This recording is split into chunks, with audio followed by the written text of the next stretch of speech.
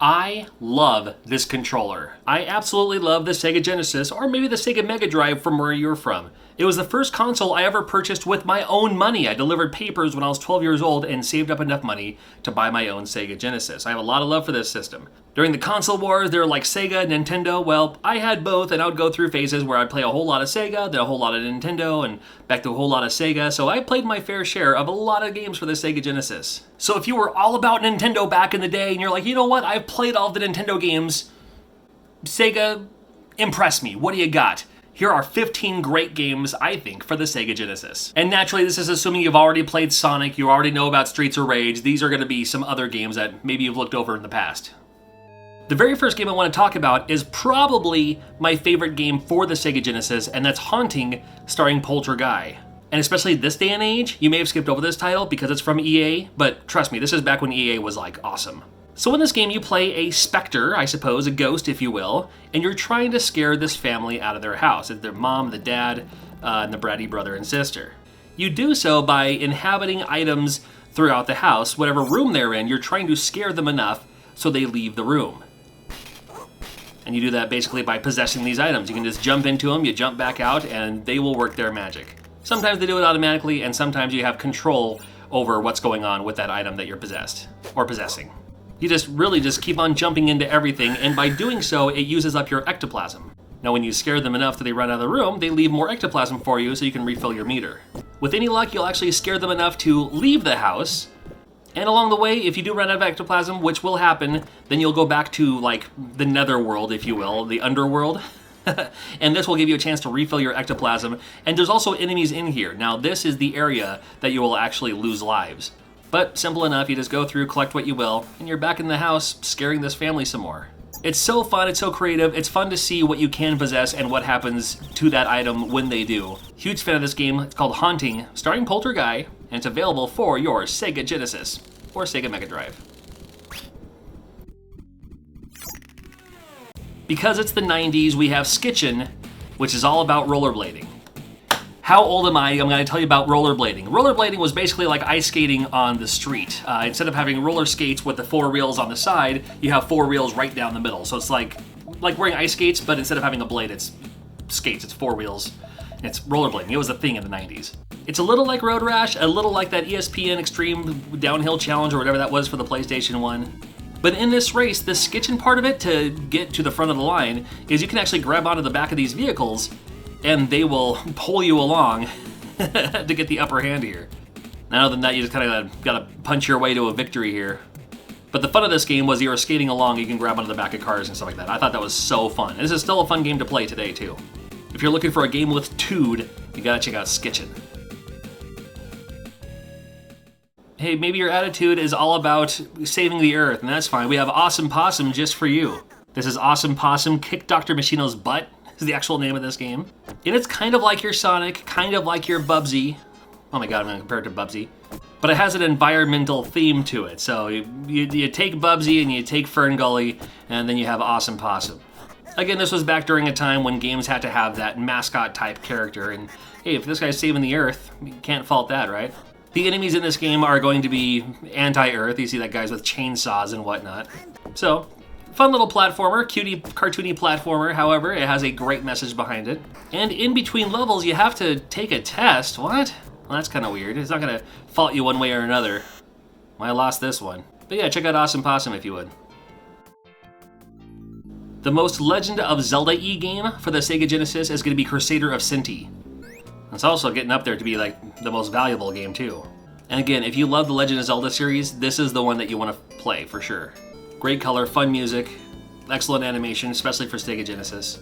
The exploration from town to where you're going to fight and everything, that's just, you know, your kind of Mario-style map to get to where you're going. But once you're there, it's all action. You got your sword, you got your shield, you got your enemies you're killing. I don't need to show you a whole lot more of this game to let you know, hey, if you're into The Legend of Zelda, Crusader of Sinti is where it's at. Up next is a fun one called El Viento. This game screams Sega Genesis to me. It's a game that looks like this. How about that? Run and gun style, but at the time I loved the larger character sprites. Again, the graphics were super cool to me at the time. Still a fun game today too. If you're into like the Valis style games or stuff like that, this is worth checking out. Not going to spoil too much of it for you, but as you can tell just by looking at it, it plays and feels how it looks, and I think the controls are pretty spot on too. So check out LV Into if you would. Up next is a game called Exile. Now, if you have a TurboGrafx 16 CD or a Turbo Duo, you're going to get a better experience playing Exile on that system. However, the one for the Sega Genesis is very excellent. I was drawn to it because a lot of these type of games take place in a forest or a magical land. This takes place in the desert for the most part. Well, it starts you out in the desert anyway. It starts out kind of RPG-ish, as you can tell. You're walking around and talking to people and making people join your party, and so you kind of think you have a feel for where this game's going to go as far as what the how the action plays out.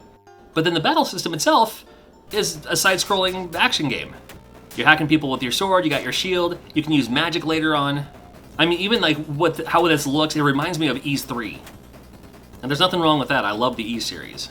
So, kind of like if you like the RPG element, but you're just like, oh man, but I don't want to do the turn-based action, whatever. I just want to go in there and kick some butt yourself. Exile is the way to go. It's one game in my backlog I've been meaning to play all over again. I just haven't got around to it yet.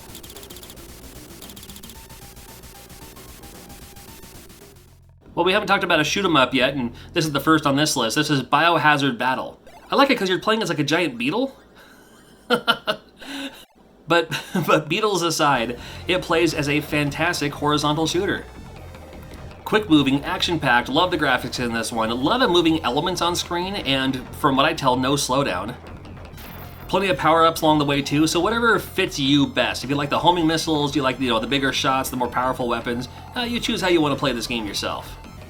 I also kind of liked, especially for its time, that even after you beat the level, you're still kind of moving along, and then the next level just starts right up. So now all of a sudden you're somewhere else too. Biohazard Battle up there in my list of favorite shoot 'em up games for the Sega Genesis. From creepy to cute, we have Flicky, early release game. It's a kid's game. It looks like a kid's game, arcade style. Reminds me a little bit of Mappy. However, this game, for some reason to me, is oddly addicting. You just move up the platforms as you can, collect all the chicks, move through the exit, move on to the next level. Of course, the cats are going to be in your way, and there's some weapons around there. Even if the cat doesn't touch you, if it touches the chicks, then they stop following you, so you gotta be cognizant of that. Again, I can't explain it. I look at this game, even when I first saw it for rent, and I was just like, I'm not gonna play that game. And then I finally did, for some reason. I was like, oh man, I actually like it quite a bit. Never judge a book by its cover. Flicky, check it out. Alright, when you want to get your machismo back after playing a game like that, you gotta check out Dynamite Duke. Dynamite Duke was one of the first games I owned for the Sega Genesis, and fortunately, it's an awesome game too. It plays a little bit like, I don't know, maybe if you played Wild Guns for the Super Nintendo, or maybe if you just played Operation Wolf, it's kind of like that. It's an on-rail shooter by nature. You just move it along, you gotta shoot the guys, you gotta move out of their way. I like the fact that your chest centerpiece, you can see through you, so in case there's like an enemy in front of you and you don't see them, you can actually see them through you. So this first part, you just kind of scroll along, shoot the enemies, you get your power-ups along the way. Of course, you got the big tanks you can shoot too. The fun part comes from the bosses because they come up close to you, and then your other buttons that aren't fire are your punch and kick buttons. So it turns into a little Mike Tyson's Punch-Out thrown in there too. Well, kind of, but not necessarily really. I don't know. I think Dynamite Duke's a fun one. You can check it out if you'd like. Up next is a game called Grenada. This is definitely one I'd love to see everyone check out. Now they have vertical shooters, they have horizontal shooters. This is an all-over shooter. In fact, this game reminds me a lot of, believe it or not, although this is in tanks and explosions and everything, reminds me a lot of Gauntlet. You just move around trying to fight all the enemies, you find their bases and you gotta blow those up too, like Gauntlet. You do have a map in your corner. That's gonna help you out to find out where all the enemy bases are so you know where to go and where to blow these things up. Obstacles in the way, always. And when you blow up all the enemy bases, that's when the boss comes out and you gotta defeat the boss too. This boss here is just the first stage boss here, but, big, bulky, gotta come up with a quick strategy to defeat this guy. The game's called Grenada, first stage on ground, the second stage in the air on the back of a plane. If you get too close, you'll fall off. Love this game, you gotta check it out. Sega Genesis, make it happen. Kind of an earlier Genesis title called Mystic Defender. I wanted to show this off just really quickly here. See, before Sonic the Hedgehog, a lot of the popular games for the Genesis were games that played a lot more like Shinobi, and this one's a lot like Shinobi. Not really much I can tell you outside of, it's just you move and shoot guys and defeat the enemies and, and move on from there. Mystic Defender is a staple Genesis title. And not to be outdone, here's Elemental Master, but completely different game. In fact, this game plays more like a vertical shooter. Only you shoot in front of you, and you can shoot behind you, but instead of being a ship, you're some dude. Kind of fun too, because when this game came out, you're so just used to going like level 1, level 2, level 3. This one lets you choose which level you'd like to do first. Elemental Master is definitely a fun one. You can definitely check it out for yourself. Okay, so I'm actually going to put Beauty and the Beast on this list. There's 2 Beauty and the Beast games. One of them, you play as the Beast in a savage, ravage type of game. I'm going to include Belle's Quest in this one. I don't know why I was drawn to this title. It was just a fun, for the sake of fun, cute, easygoing, relaxing game. Beautiful colors, excellent sound. This one's definitely an easier title for the Sega Genesis. Now, Nintendo did great things with Capcom, and so did Sega. You shouldn't deny those. I don't know, I kind of liked hiding from LeFou. That was a fun deal. This game's a little fetch questy, where they're like, oh man, I wish I had water in the fountain, and you have to go find out why there's not water in the fountain, fix that problem, go back and talk to someone else here. There's little missions like putting the books on the shelf in a way, which is just collecting them as they fall. But if you're just looking for a simple, relaxing game, you can check out Beauty and the Beast, Belle's Quest. I gotta admit, I like it. Now naturally, you're not gonna see Mario Paint on the Sega Genesis. However, you will see Art Alive, and that was kind of their answer to Mario Paint. This game isn't nearly as in-depth as Mario Paint, but I still played it for I don't know what reason, but I wanted to show it off just for a little bit here. Now, obviously I'm using a controller because I can't really do circles or anything like that. Has a couple of features here, and then it even has these animation features. That is a beautiful, beautiful work of art, if I do say so myself. I worked on it all 30 seconds. Yeah, it's Art Alive, alright. Now, Cybercop, believe it or not, is a first-person maze shooter, kind of like a Faceball 2000, maybe a little bit Doomish, a little bit Wolfenstein-ish, but not really. Yeah, when I say first-person shooter, I mean, this is running on a Sega Genesis. And if you were from the time, this was super impressive. It kind of reminds me of those, like, here's what VR can look like, back in, like, the, 90s. It probably was, But this game, I'm sure you play as a Cybercop, and you just gotta find and hunt down the other enemies. But seeing this game on a Sega Genesis blew my mind when I first saw it. I thought it was the coolest thing ever. I look at it now and I still have an appreciation for what it can do compared to other Sega Genesis games I've played, Now, is the game great? I mean, it's not terrible, but it was just cool to see that they had something like this for the Sega Genesis. So I wanted to give it a shout out for sure. Cybercop, check it out. I know I'm leaving games off the list, so let me know what games I'm missing out. I thank you for watching, consider subscribing, and please consider being a Patreon. It really helps out the channel. Everything is linked in the description below. I always have more videos like this coming up, so I'll see you real soon.